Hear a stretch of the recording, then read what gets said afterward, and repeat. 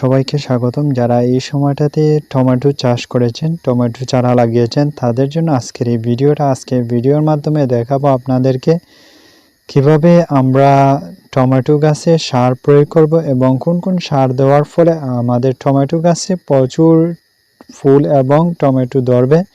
তো আশা করছি আজকের ভিডিওর মাধ্যমে আপনারা চ্যানেলটি অবশ্যই সাবস্ক্রাইব করে নেবেন। তো টমেটো গাছে কখন আপনারা সার দিবেন, আমি আমার পূর্বের ভিডিওর মাধ্যমে দেখিয়েছিলাম যে কিভাবে টমেটো চারা লাগাতে হয় এবং প্রাথমিক পরিচর্যাগুলো আপনারা সেটা অবশ্যই ডেসক্রিপশন বক্স থেকে সেই ভিডিওটা দেখে নিতে পারেন। তো এখন গাছের বয়স যখন 20 দিন হয় তখন কিন্তু আমি আমার গাছের মধ্যে বিভিন্ন ধরনের রাসায়নিক সার প্রয়োগ করি।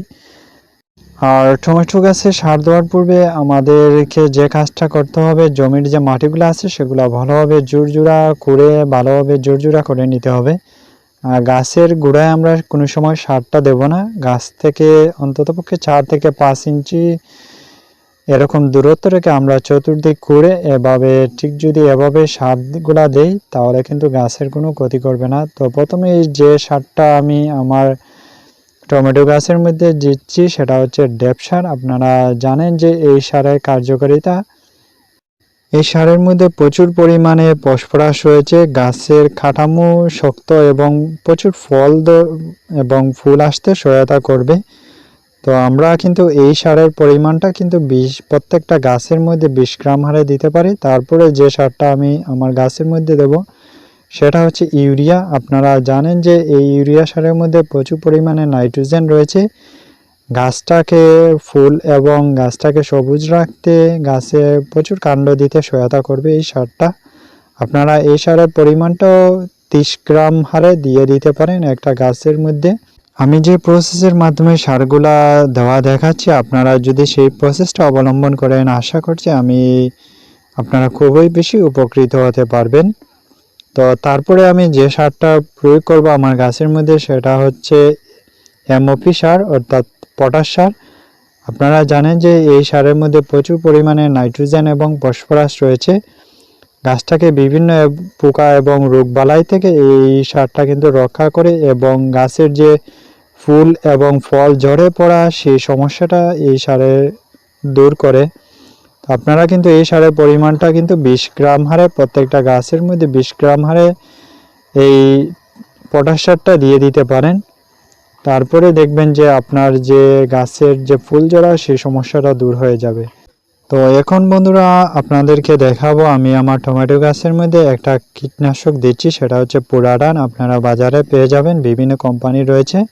আপনারা এটা গাছের গোড়ায় অথবা সারের সাথে দিতে পারেন। এটা সব ধরনের গাছের মধ্যে যে মাটির মধ্যে যে পোকার রোগবালাই আছে সেগুলা কিন্তু দূর করে এই পুরাডানটা।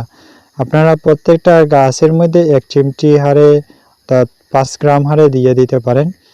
তারপরে আমি যে সারটা দেব সেটা হচ্ছে জিপসাম সার। এই সারের মধ্যে প্রচুর পরিমাণে সালফার বা গন্ধক রয়েছে। গাছের যে ফ্যাকাশ এবং হলুদ হয়ে যাওয়াটা এটা কিন্তু দূর করে এবং গাছের যে ডাল ছোটো আছে সেগুলো কিন্তু ছোটো রাখে না। এই সার দিলে কিন্তু গাছের ডালগুলা বৃদ্ধি পাবে, অনেক বড় আকারের হয়ে যাবে। তো সার দেওয়া শেষ হয়ে গেলে কিন্তু আপনারা যেভাবে গর্ত করে এবং চতুর্দিক করে নিয়েছিলেন সেই অংশটা কিন্তু আবার ভরাট করে দিবেন।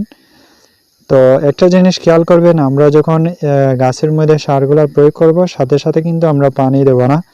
সার দেওয়ার 1 থেকে 2 দিন পরে কিন্তু আমরা সারি তৈরি করে নিব একটু উঁচু করে, তারপরে কিন্তু আমরা জমির মধ্যে পানি দিয়ে দেব। ঠিক দেখেন আমি কিন্তু কিভাবে সারি তৈরি করেছি, আপনারা সেইভাবে মাটি উঁচু করে সারিগুলা তৈরি করবেন। যখন পানি দেবেন তখন আর গাছের কোনো ক্ষতি হবে না।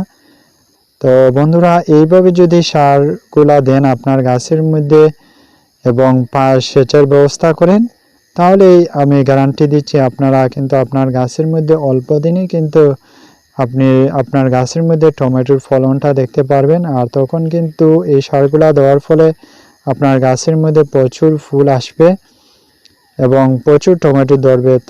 তো বন্ধুরা যারা টমেটো চাষ করতে আগ্রহী এই সময়টাতে কিন্তু আপনারা হাইব্রিড জাতে যে কোনো একটা বীজ লাগিয়ে আপনি লাভবান হতে পারেন। তো এই ছিল আজকের ভিডিও, সবাইকে অসংখ্য ধন্যবাদ। আল্লাহ হাফেজ।